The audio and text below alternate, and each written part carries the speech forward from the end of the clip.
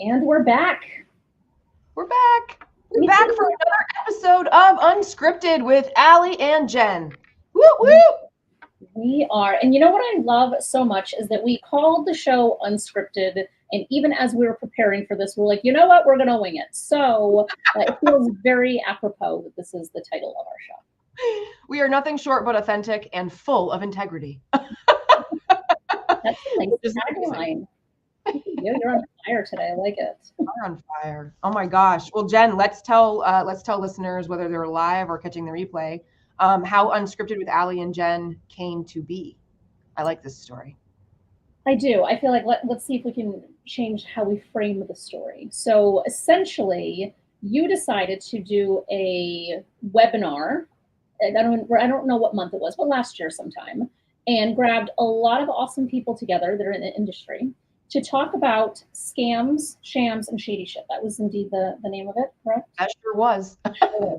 Which, anytime we can use some alliteration and a swear here or there, I'm in. And so in that conversation, I think there was like 14 people, and it was just really amazing information around the industry and how to protect ourselves, or how as authors to protect themselves from scams, shams, and all kinds of other shady things that are happening in this place. And so I reached out to you after the fact to be like, hey, I really enjoyed myself. Our values are incredibly aligned because we basically say the same things, just in slightly different ways. Very authentic, very blunt, very direct. It's kind of both of our styles. And without any real planning, it was just like, hey, let's do this thing. And then we actually sat and planned, and here we are on episode number 2 already. Like, how good are we? 2. And episode number 1 rocked. So if anybody didn't catch that one, you should go back and check that out. Last month, we talked about integrity and transparency. And, today we're talking about alignment and intentional action, which really go very well with those other 2 things. But you don't need to see that one to watch this one, but we would recommend that you go catch all the juice that was inside last month's episode. Absolutely. So I think today, right? Oh, before we jump into it, we got to tell people who the hell we are. So we've introduced the topic. Yay. Now let's introduce ourselves before we just dive in. I'm Ally. I am an award-winning author and an international book coach and ghostwriter. I'm the CEO and founder of The Right Place, Right Time. And I'm on a mission here to help you write the book that will change the world. I really believe that our books have the power to light up ourselves and also light up others in a variety of capacities and ways. And I'm here for that. And I'm especially here to work with those who feel that they are marginalized or silenced and want to say the thing that needs to be said, have the hard conversations that the world needs to hear, and need help doing it. All right. And over to Jen. Very well said, and I can agree with almost everything of what you just said, other than the fact that I'm not the founder of The Right Place, The Right Time. So, so I am Jen Grace, and I am the founder of Publisher Purpose, and we are a hybrid book publisher, and our focus, similar to yours, Ally, is really to elevate and enhance the voices that are often just not heard enough of in publishing broadly. So whether it's traditional publishing or self-publishing or hybrid in the middle, there's just so many stories that are just not being told. And beyond the story, it is when we share the story, what are we doing with it? And how are we strategically tying that back into how we show up in the world, and really making sure that the book can be a central part of that entire process. And so, when we do nonfiction specifically and memoirs, so that is our jam. Fiction is not my thing, so let's never go down a rabbit hole where fiction topics are required to discuss, because I'm not your gal. You know what I love about everything that you just said, or just how this conversation has already opened up to talk about those like diversified voices, the stories that we don't hear, the people we don't hear from. This like perfectly goes with today's topic of alignment, intentional action, and even the stories that we picked out in the studio before we went live. So we're just going to kind of dive into this now. So we've got alignment, intentional action is the secret to your success, and that's across that banner on the bottom of the screen. And this is hugely important, and alignment and intentional action happen in a variety of ways. But let's bite off alignment first. What are we asking you as the author to be aligned about, or with who, right? And And so we've got a couple of examples here. One's an example of vision alignment, and another example is of value alignment. So I'm going to start with vision alignment here. And vision alignment to me is kind of broad term for you and your publishing team, whether that's an editor, a book coach, a ghostwriter, or the publisher itself. They are on board with your vision, how you see the book doing things for you, how you want to make impact on the readers. Now, obviously, if your vision is kind of, let's say, skewed, as in not particularly realistic or not helpful, or there's a better way of doing it, then yes, they should be providing professional guidance and consultation and expertise to help you get on the right path.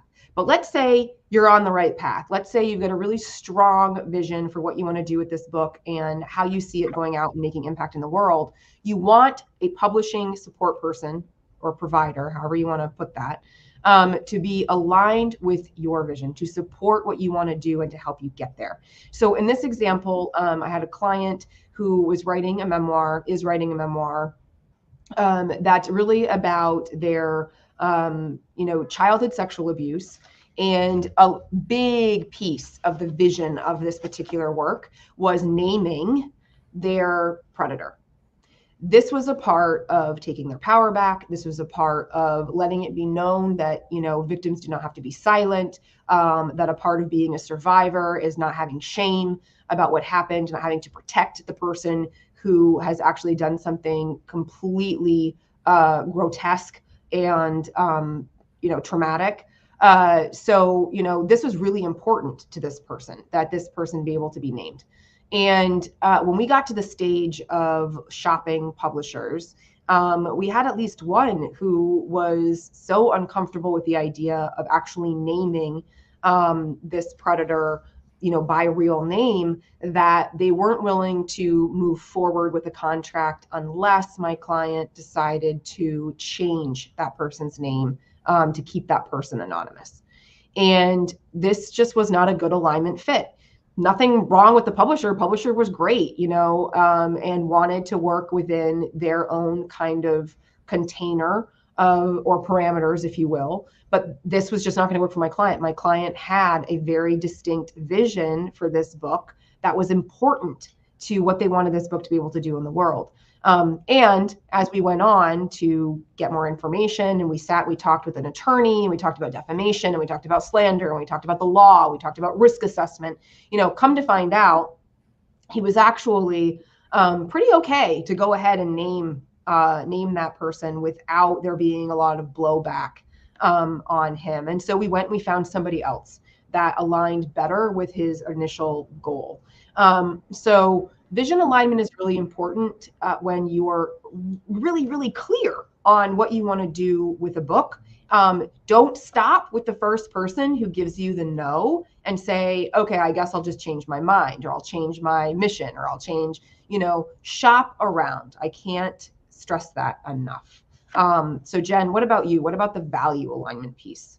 Before I actually hop on the value alignment, the phrase that popped in my mind as you were sharing that story is if you at first you don't succeed, try again, right? I feel like we learned that in like elementary school at some point. Yeah. But yeah, I feel like it is so important as it relates to this entire conversation, is that even if you get 5 no's, 6 no's, 7 no's, there's going to be a yes. It's just a matter of how long are you willing to kind of wait along for that yes, without having to change your values. So I think it's just kind of really important to emphasize that, and as you even said, every publisher just has different kind of standards that they operate within. So it's not even, any of the publishers' fault necessarily. They're trying to kind of calculate their own risk. But then you're going to find somebody who says yes. And so it's amazing that you were there alongside your client, which I always just appreciate from just your values in general, to be alongside with them, to just make sure that you have their back, that you're walking hand in hand with them, and you're able to say, hey, no, we don't have to settle here. We don't have to have you compromise on your values, because you are so clear in that vision. So I love that story, because I think so often authors are navigating the space completely by themselves. Yeah. And so they don't have the benefit of having worked with someone who's a book coach or a ghostwriter or maybe not having the benefit of going through like one of our writing programs, for example, where we're there, kind of there to be an advocate on their behalf. So, I'm loving this conversation just because I think it is valuable for others to know that it is not this hierarchical dynamic where you just have to say yes to any publisher that gives you the time of day. Like, that is not how this has to be at all. Well, and the other thing too that comes to mind is it's not even just about having to say yes to the first person you speak to, but it's also about not having to say yes right in the moment. Maybe you do end up working with them. Maybe you talk to so many publishers that you realize that something about what you want is misaligned. I don't know. And you do change your mind. There's some concessions sometimes with certain things, right? And maybe you go back to someone, but like, go back to them. Take the moment to think about what they're offering, to compare it to something else, to do your T-chart of pros and cons. It's not just about shopping around and comparison shopping. I think it's also about giving yourself the time and space to think about what's been said, weigh the options, weigh how this looks with your book in mind. I don't think any rush decision is ever a decision that can be like a confident one, unless you're getting that like full lit up kind of like hard yes, in your gut that this is the right person to work with. But publishing, especially in the Indian hybrid spaces, can be expensive. It's an investment. So, you want to make sure that you feel really good about that investment. And sometimes that means having to like take a minute to think about what's being said. I couldn't agree more. I talk to people all the time where I am their first conversation, and I'm like, go talk to other people. I want you to know what you're comparing against, because things are so dramatically different from one person to the next in the publishing space, regardless if you're talking about editors, book coaches, ghostwriters, publishers. Everyone just approaches things just a little bit differently. So take your time. It is an investment. It's an investment of time. It's an investment of money. Like, just slow down and make the right decision for you. And don't fall under like that peer pressure, right? Because I think that's there's just those sales tactics. I won't name names, but I was listening to someone's webinar this morning that is in this space. And the amount of scarcity sales tactics that were going on the end of like, we've opened space for the next 48 hours to take your call. And I'm like, oh, for the love of, like, that is the opposite of what I would ever want to do to somebody, is like make them feel like they have to book a call. Like, we're doing this live right now. Like, you can't speak to me unless you do it either today or tomorrow. And then I'm out. I'm not available other than that. Like, it's just.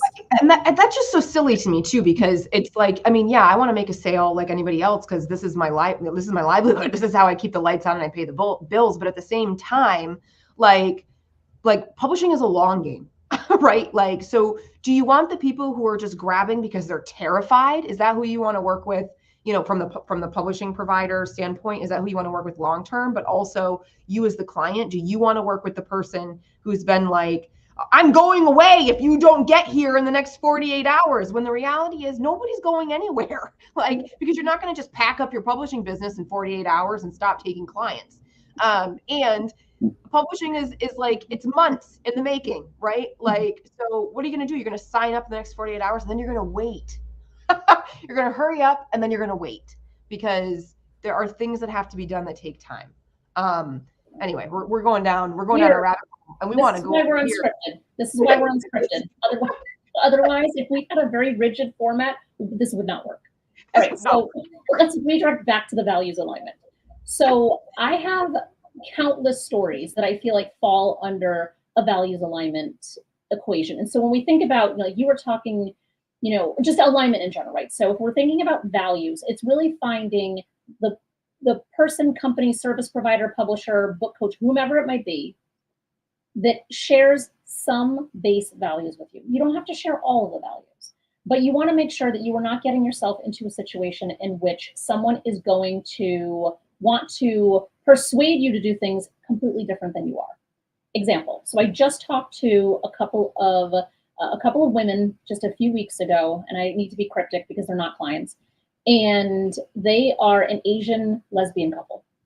And they're not even writing a memoir, for the record. I know I was telling you the story. It's not even a memoir. So I feel like it makes it even less relevant what I'm about to say. So they're writing a nonfiction book that's self-help type of space.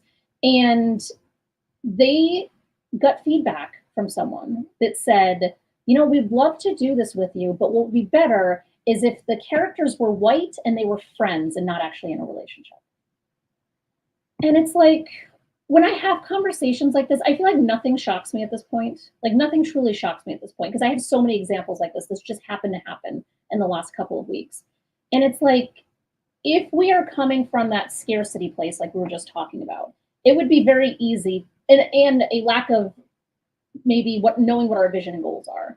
It would be easy potentially to say, oh shoot, maybe that is what I have to do in order to sell my story or in order to tell my story.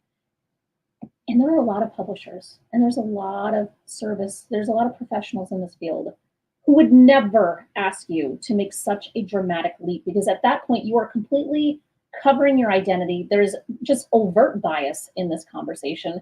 Potentially, who knows what other type of insidious types of values or beliefs or things like that this other party may possess. And it's like, it's like just getting off on such a wrong foot to be like, wow, I can't even show up as my authentic self because you are asking me to be somebody that is a different race and a different sexual orientation. Like that is so fundamentally wrong on every level. And it is shocking to me how often I hear stories like this.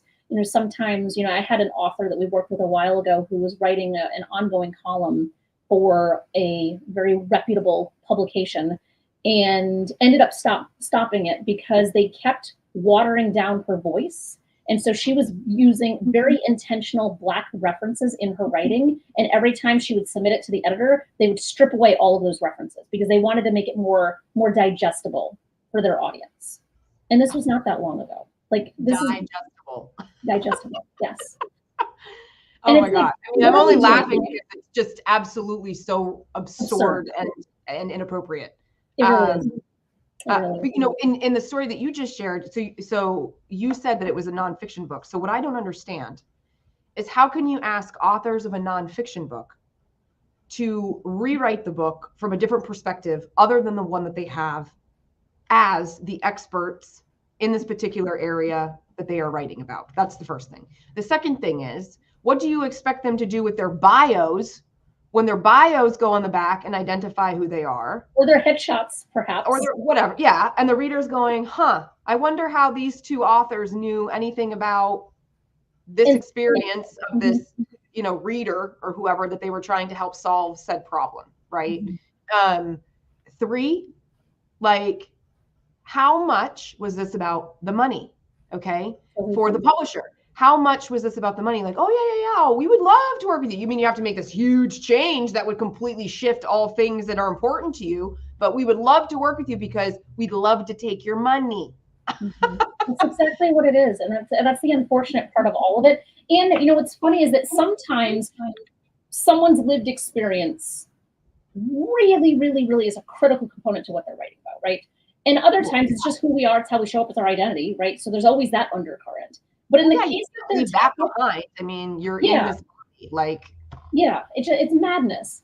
In their particular case, their sexual orientation and their ethnicity had literally nothing to do with the topic. Like, I mean, like, in my, like, just looking at it from a surface level, I'm like, I can't even imagine what benefit it would be other than the fact that the publisher probably believed that they wouldn't be able to market or sell a book written by people who fall under this category. And that is awful and just outright, homophobic in some ways, racist in other ways. It's just, so back to the moral of the story is you don't have to settle, right? Like there will be somebody who wants to work with you for who you are in your full, true, authentic self.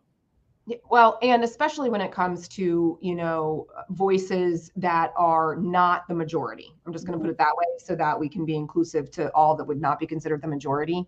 There are service providers that are openly stating that they want to work with the non-majority, right? There are publishers and editors and all these things, right, that are aiming to fix this issue, right? Which is that there's not enough diversity of voices in the literary canon in all ways, regardless of publishing type, right? Traditional publishing gets a bad rap for that, right? That's pretty publicly known, but it's obviously also happening in the smaller independent hybrid, more kind of like alternative publishing avenues. We don't have to stand for it. Like, so And again, this goes back to that values alignment. You know, you don't necessarily need to be on a soapbox or on a mission to be the crusader. You're trying to change it all just by yourself, but you also don't have to settle. You don't have to settle for these people who don't align with you, right? There's so many pay to play models. Like if you're going to pay to play with somebody who gives a shit about you showing up authentically and not having to hide because it's better for marketability or salability or whatever. And if somebody is giving you that line that you're going to be hard to market or sell, like I can think of a few choice words, but know, right? Know that if they can't figure out how to market and sell you, then not the right fit.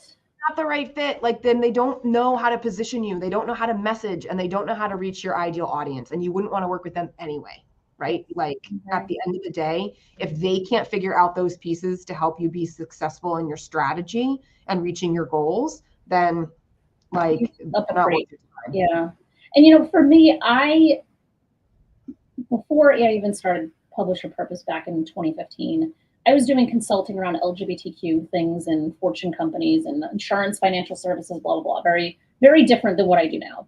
And when I made that leap, because I was very out, because that's who I kind of had to be in that consulting space. And when I started PYP, I'm like, I am leading with the fact that it is an LGBTQ owned and women led company. Because if that is a problem for somebody, I do not want you in anywhere near me or the authors that I serve. And so I think it's important for kind of like both sides, right? For the author to kind of like know what they stand for and what they're looking for, but also for the publisher to be transparent about who they are and what their interests are and what they're good at working on with and you know, like the how of it. So I'm happy that I lead with it because I'm confident that I bypass a lot of garbage because of the fact that there's probably plenty of people who are like, oh my God, no. It's like, perfect. I don't want to talk to you anyway.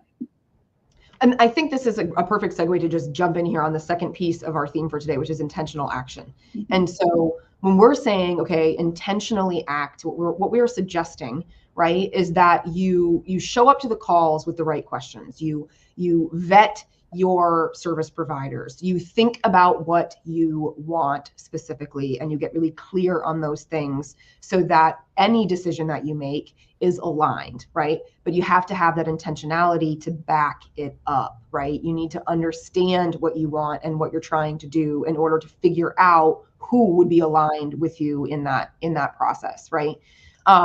So let's we've given some illustrative examples. We've given a lot of other context and opinion on other things. But I want to make sure that we're really, really clear for our audience about aspects of what could be aligned, right? So we talked about vision. We talked about values.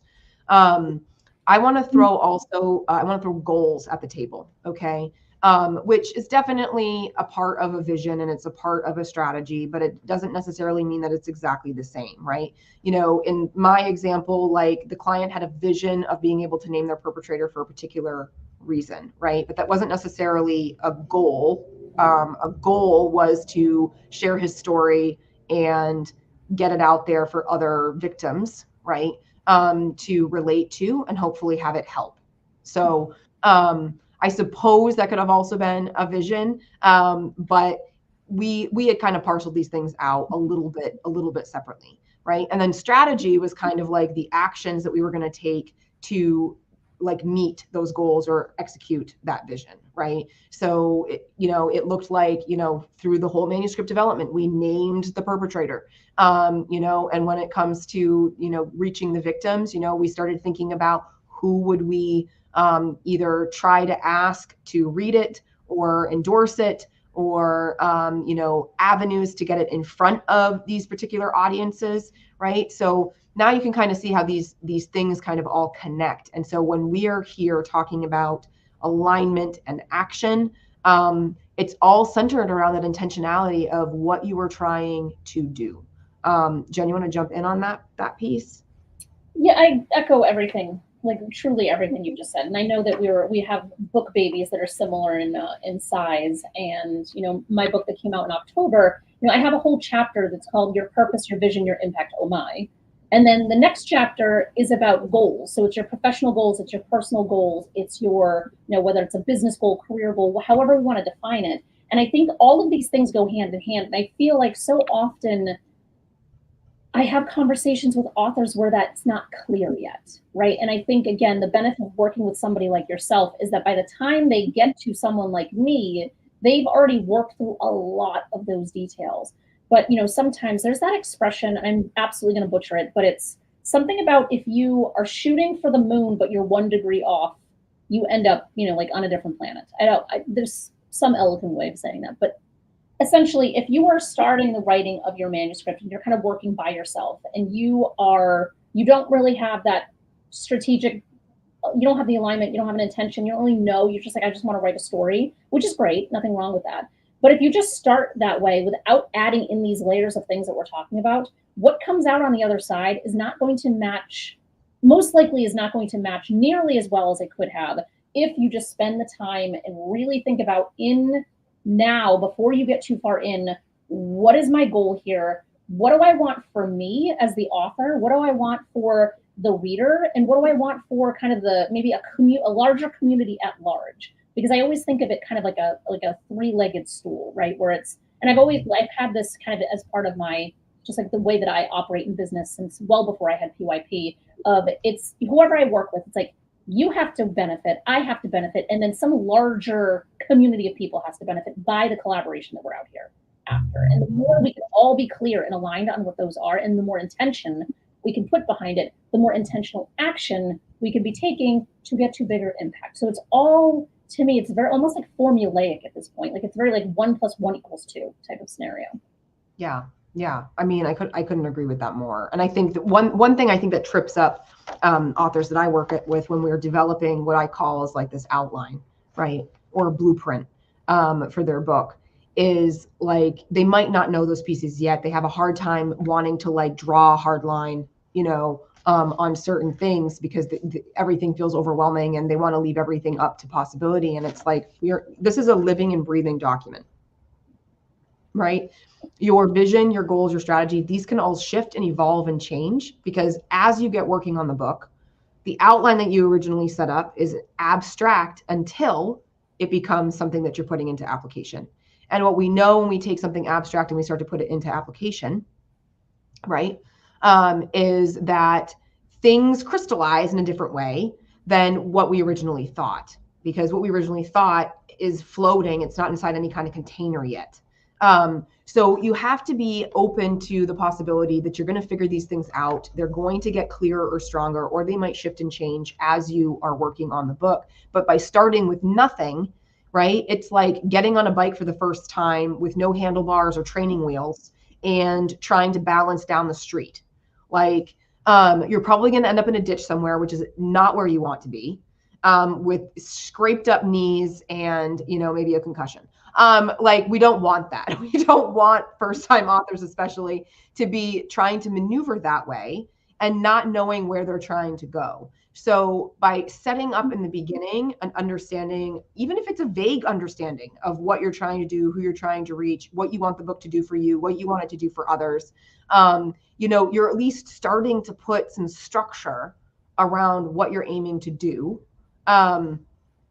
And getting a little bit closer when you're actually developing the manuscript, right?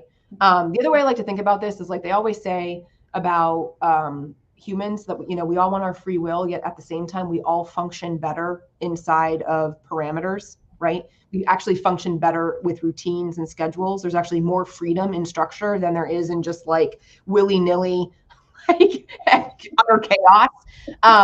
When you sit down to write a book and you're staring at the blank page and you're thinking, this should be easy. I've got all kinds of things that I could say and write about, especially when you're like the business owner or entrepreneur who's writing the book that's based on those 20 years of experience, right? Except when you're looking at a blank page and you can say anything, you actually end up saying nothing because you don't know where to start. You don't know where to go. You don't know how deep to go. You don't know how vague to be. You don't know if you should use that example, if you should give that story. And then what do? We do nothing, right? Analysis paralysis. And there's then nothing more intimidating than that cursor blinking at you when it's blank. Well, like it haunts you. All of a sudden it just becomes like big and loud, like it's a train coming at you, trying to get you off the track. So yeah. Yes. I echo everything that you just said. I think this is very brilliantly stated. And Madison, who's watching from LinkedIn, is saying that they are loving these analogies. So you are the gift that keeps on giving with your analogies today, Ally. You know, the other one that I love is thinking about boarding a plane, but you don't know where your ticket goes.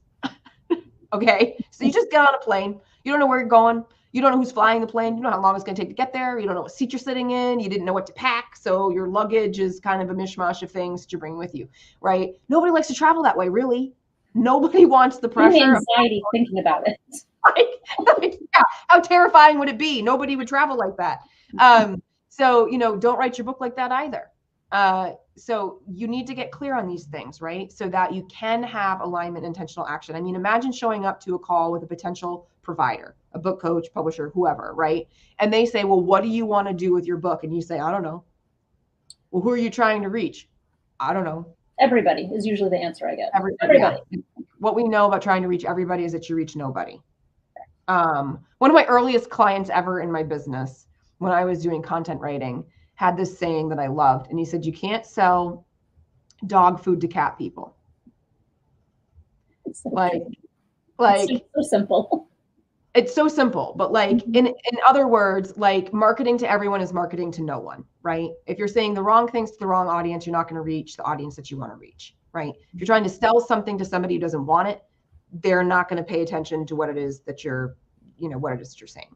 And I think it's a scarcity mentality is my experience, where you feel like if you're going to narrow in on who you really want to be writing for in this case, then somehow you're going to be alienating all of these other potential opportunities. But from my past consulting experience, which is briefly mentioned before, like I did LGBTQ marketing and communications in Fortune companies for financial service and insurance. Could I have gotten any more niche and narrow if I had tried? No. Did I still have all sorts of other companies and industries wanting me to help them? Yes.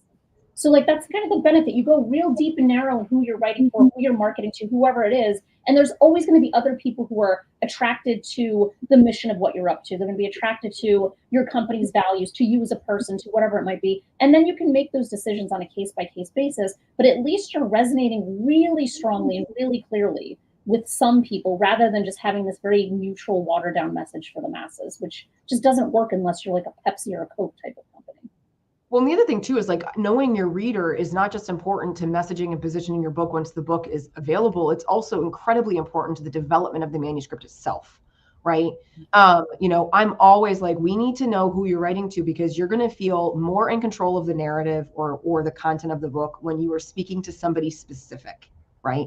If you are speaking to all healthcare professionals, no, like there are way too many levels and layers of healthcare professionals, and in all of their individual, arenas, right? Like you have to be clear and specific. Your language shifts when you're talking to somebody specifically. What you say and how you say it shifts when you're talking to somebody specifically. I mean, just think about any of your conversations, like how you speak to your best friend versus how you speak to your boss, right? Audience is powerful. Knowing who you're speaking to is powerful because it helps you understand how to show up, how to communicate, right? All of these things. So, yes, it's important long-term on the other side, but it's just as important, like as you sit down to write, when you can clearly identify and see them in your mind's eye, and you can write the book for them, right? And again, this is all a part of the goals, vision, and strategy. It's just one little subset of those three things that we've really been diving into today. So Jen, we've got some resources that we wanted to let people know about that are attached to these ideas, all of them, not just goal, vision, and strategy, but a lot of the other things that we've touched on today that are offshoots of that, I think come up in these resources that we want to tell people about. So my resource is a little bit bigger and broader. I didn't pick one particular selection from my book, but I've got Do Not Write a Book Until You Read This One. And this is available for pre-order right now. It's coming out officially the top of next month. And this covers soup to nuts, the things that you really want to know as an aspiring nonfiction author. Beginning with all the things that you should be thinking about before you put pen to paper, which is really what this conversation ultimately has been about, right? The things that need to be decided upon or thought about in advance. So I think, Jen, right, we put links to our resources in the original show notes. So the LinkedIn or YouTube event/description should have the link to pre-order my book there. And then, Jen, you wanted to let people know about a particular chapter within Publish Your Purpose. You want to talk about that? Yes. Let's see if I remember. So, well, here's the thing. I had a particular chapter, which is indeed what is linked into the show notes. However, what we have been talking about is not that. So, I originally, because again, we're unscripted. Unscripted. Yes. I feel like we need some sort of like background sound, like Something so when we go on, go off script, like it'll be like boing, boing, boing, boing. It's like or like cars like coming to a screeching halt on the highway somewhere. Yeah. We should. We'll see if we can find that. That'll be like a good addition. By the time we're like, 12 or 15 episodes in, we'll have all kinds of fancy things. But for now, we're just gonna go bells. Yeah, we're just gonna go rogue as we do. But we have talked about so many things that I think my book broadly truly is like what we were just talking about. And I don't even know what you just said. Oh, you were talking about kind of like how it's just as important from a manuscript development side of things as it is for a marketing side of things. I have information about that exact thing in this book. So I feel like our books are twins. I cannot wait for your book to come out. And can you show your book again? Because I love how many things are sticking out of it. Okay. I feel like All right, folks, here's like a behind the scenes kind of thing, not to do with alignment intentional action, but parts of the process. This is the proof of my book. Okay. So I'm in the stage, the really wonderful, I hate it, stage of having to read through every single line and look for any errors so that we can get that shit fixed before it officially gets printed and sent out. And so all of these like pink Post-it notes, I don't know why I chose the big ones. It's not like they don't make smaller Post-it notes, but are all the things that I wanted to go back and relook at, like inconsistencies or like small typos. And so, yeah. But that said, I want your book, if you get this book, I want your book to look like this. I want it to look like this because you are so hot for the info in here that you are dog-earing, Post-it noting, underlining, highlighting inside here, because that's exactly what this resource has been developed for. And even did you a serious service and included notes pages at the back of the chapter. Brilliant. Right in there. Okay. Unless it's a library copy, don't do that. They will not like that. They will not be a fan of this PSA right now. What's funny is that you're using giant notes and I'm using cat-shaped notes. So I love those. I need some of those. That would be way fun. We all have our thing. I know. I feel like then it would just be little ears poking out as if there's a cat stuck in there. Mine actually has the cat's butt sticking out, which does not help. That's even better. I wish I had a tail on the back side, like just a little black. It's just they're designed poorly because the head's the sticky part, not the, you know what I mean? So like, so you have to get the head down first. All right, we digress. But we digress as we do.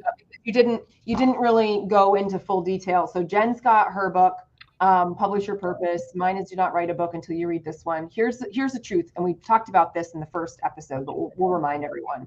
Jen and I were basically working on these books at the exact same time. Jen was probably 6 months ahead of where Bridget and I were in this book. And, Jen came to me asking me to endorse. And I was so bummed because, one, I would have been thrilled to. Two, I was hoping to ask Jen to endorse mine. But here's the way we roll, folks. And this is what our first episode was about, which is integrity and transparency.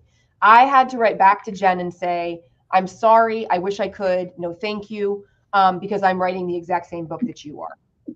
And I did look at the table of contents to ensure that was true, because I didn't want to just say no, assuming. So I looked at the table of contents and then I shut down that PDF real fast because I was like, oh shit, we really are writing the same book.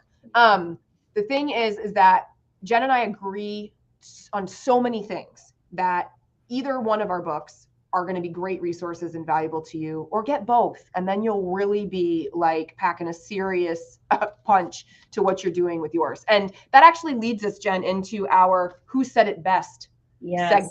Who doesn't love a little competition? So folks, based on our conversation today, we picked out just the tiniest of snippets, each from our own book to read to you that have to do with all the things that we've been talking about today with alignment and intentional action. Jen, take it away. Oh, put me on the spot first, I say. Thanks to my lucky cat Post-it, I know right where I belong in the book. right? And thanks to your cat's butt. Yeah, like I need to write to them to be like, hi, poorly designed, poorly designed.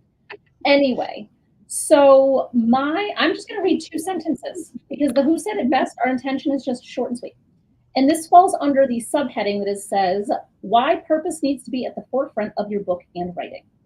When writing your book, there needs to be intention and purpose behind the words that you're putting down on paper. You need to align your priorities and goals.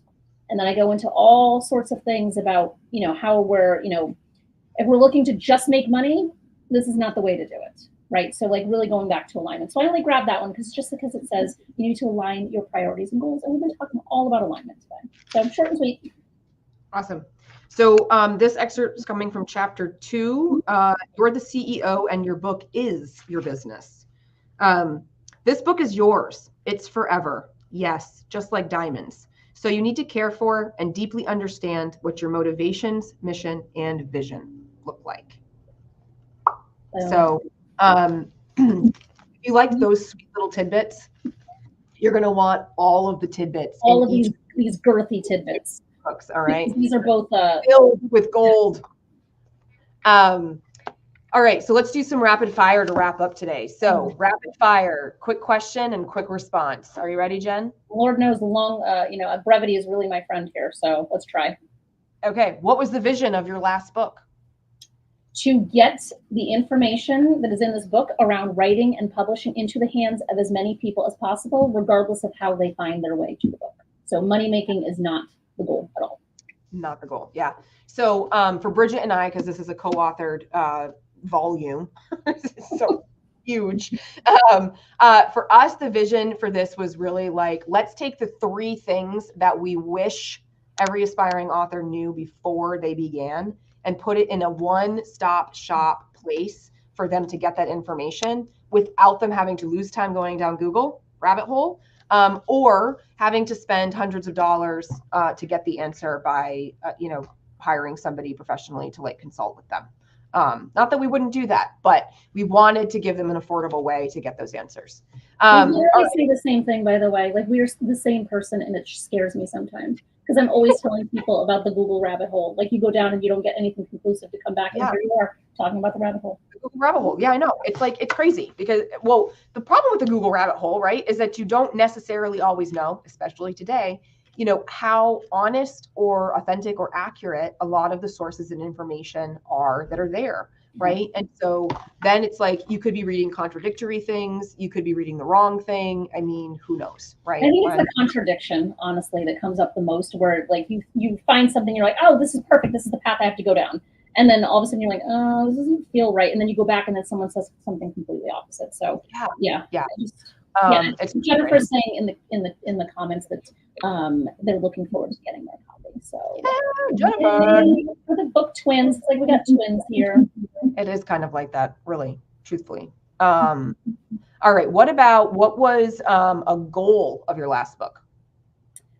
So one of my goals has been similar to how I just answered, is to get it in the hands of as many people. And so one of the goals has been to experiment, to really use my book, since I do work with authors and have worked with authors. This is my 7th one that I've written, so I've been down this path before.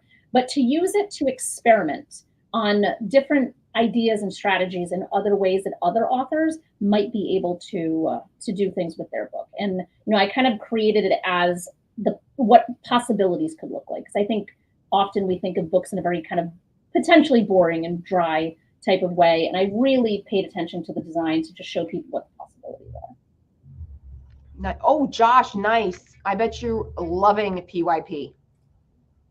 Oh, I love it, and I love the rainbow flag. Yeah. Amazing. Going back to my earlier statement about being very forefront of who we are. Amazing. Awesome. So one of the goals, I mean, there were several, but one of the goals for this one was to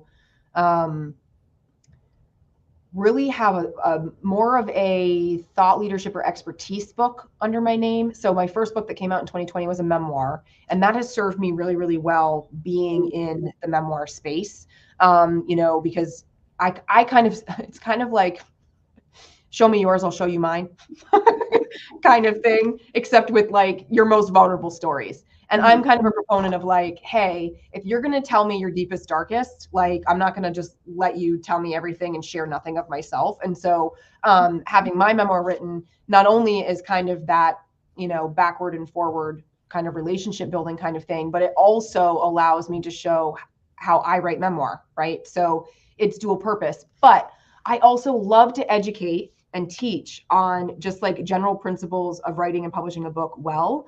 And so this is kind of like more of the thought leadership piece for me that I'm now hoping to use to like, you know, new revenue generating opportunities or speaking gigs or that kind of thing. So useful in a different way, I guess, than my memoir. Jen, you have a memoir, so you know, you must see that too, the differences between kind of your more nonfiction, directly related to your business kind of books versus like personal narrative. Yeah, absolutely. And in this book in particular, you know, I've had this publishing company for almost 10 years, or I've been helping authors for almost 10 years at this point. So it almost felt like I was late to the game in having written this one. But I wrote my memoir because number one, I needed to like just free myself from my own story. It truly was like suffocating me. And I was tired of like sharing it in different like pieces and parts with people. So I was like, you want to know it? Go read all the drama and the trauma, like have fun.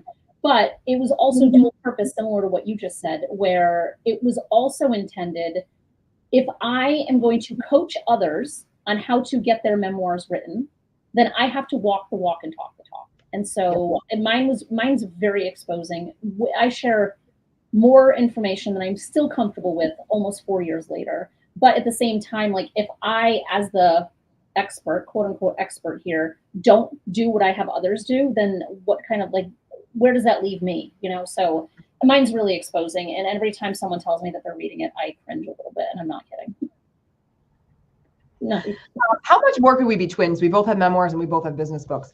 Actually, you know what I'm thinking? What we need to do, since we're going to do a little booksy swap once I've got copies of this baby, is we need to swap both these ones and our memoirs. Yes. Like, brilliant. two for two swap. Yes.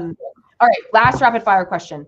What was a part of the strategy of your last book? So remember, folks, strategy meaning like how do you implement achieving vision and goal? So what was part of your strategy? So I'm going to share a marketing strategy. So something that I have looked at before, and going back to the goal of just getting this into the hands of as many people as I can. I don't want money to be a barrier to getting access to this book. And so I have found Book Funnel in particular is great for being able to share a free ebook with people. But Bargain Booksy and Free Booksy, they're kind of like a BookBub website. So if anyone's not familiar, it's kind of like these websites where they'll send out an email mailing of your book to their reader list, and they charge $30, $40, $50, whatever it happens to be. BookBub in particular is a lot more expensive. But I have been running a number of those, and what I have to do is make my ebook free on Amazon specifically in order to have access to this. And every time I do it, I get like 1,500 downloads. And it makes me happy. Like, am I making any money on that? No, none at all. But I want this information into the hands of people who need it. And so my hope is that, someone, maybe they get the ebook, then they're like, you know what, I'm not an ebook reader, but I'm interested enough that I'll go buy the print book. Or, hey, I'm checking out this print book. I really could benefit from going to the website and downloading something or engaging in one of our programs or whatever it happens to be. So for me, it's kind of that experimentation that I was saying before, where I've just been from a tactic standpoint, just finding opportunities where I can give the book away to just see what the return on that is. So then I can share that information with my authors too, to see, does this work for them? Because everyone's goals are so different that you have to make sure the tactics are aligned with those goals. Because if my goal were something other than this, giving my book away would probably not be the best choice. Yeah, right. Agreed. Now, when you say free ebook, are you have to make the whole book as an ebook free? Mm-hmm. Okay. Mm-hmm. Yep. So anybody on those days that, I wish I knew off the top of my head when the next one is, sometime in April. So whenever it happens, like for Halloween, I'm a crazy person obsessed with Halloween. And so I do a free ebook giveaway on Halloween. So anyone who just stumbles upon it in October can just purchase it. Okay. And just as an experiment, because I feel like this is the perfect book to experiment with. Yeah, cool. So one piece of strategy. All right. So, Honestly, it's just been talking about it wherever I get the chance. So perfect example, I got invited to a panel, a community of women were coming together, and I got invited to come and speak from a book coaching and ghostwriting perspective. The other panelists were really speaking from the author perspective, but I'm both an author as well as those other things. And this book was ripe, and the whole conversation was about things that they wish they had known before they started. That wasn't the topic, but that's what naturally kept coming up as these authors were talking about their journey to publication. And so it was like a perfect segue for me to say, hey, I wrote the book on it, right? And looking for those types of opportunities to constantly say, hey, I'm a thought leader in this space and I have a book on it, right? Kind of like strengthening that promotional muscle, strengthening, really standing in my own expertise and power, not being afraid or anything to say, hey, I've got the book on it, just because I know other fabulous, brilliant people like Jen also have a book on it.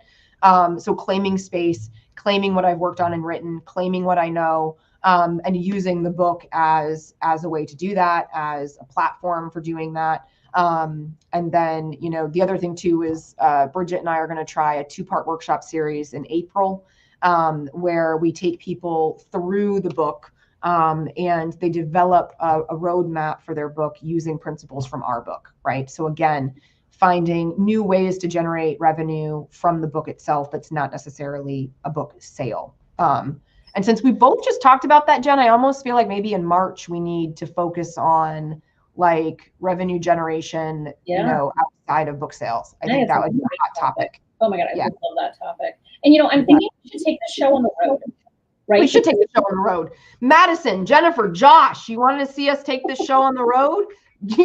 Pump up our jam in the comments, stroke our egos a little bit. Let us know that you dig that. We would need a sweet van, and yes, the skeleton can come along for the ride. We will just like change their costume every day in the back seat so that as people drive by us, they're constantly getting a new look. Yes, I think that's the way to do it. I think that's perfect. See, Madison's pumping up the ego. Yes. Not all right. Because it really. Oh my gosh, I know, right? Like we need any more ideas. We've already got buzzers that we need to go and find, and bells and sounds to accompany our unscriptedness. All right, before we wrap up, to just rip you off the stage, like the cane from like old Broadway, just like rip you off. Oh, Jennifer's saying come to St. Louis. Yeah. All right. Hey, if you can dream it, you can do it. Like you've all given us hope. All right. Our last segment to wrap up is shameless self-promotion, which all authors need to learn how to do. All right. So for next month, I would love to promote a workshop that I've got going on called Put Your Memoir Where Your Mouth Is. 5 lip-smackingly good insights to know to get your book about your life started and stop giving it lip service. Yes. Quit talking about someday. Let's do this already, folks.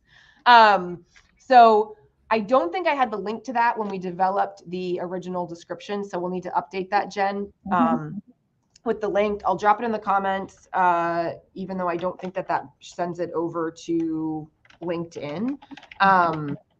But this is 1 hour in March on the 12th at 1 p.m. And we'll be really talking about 5 limiting beliefs that are blocking people from starting their memoir. We're going to unpack that shit and get you going in the right direction. Jen, what would you like to promote? I'm over here laughing because you did say March 12th, right? Yeah, I'm not going to promote that here, but I also am doing something at 10 on March 12th. It's a 2-hour workshop, but that's not what I was going to say.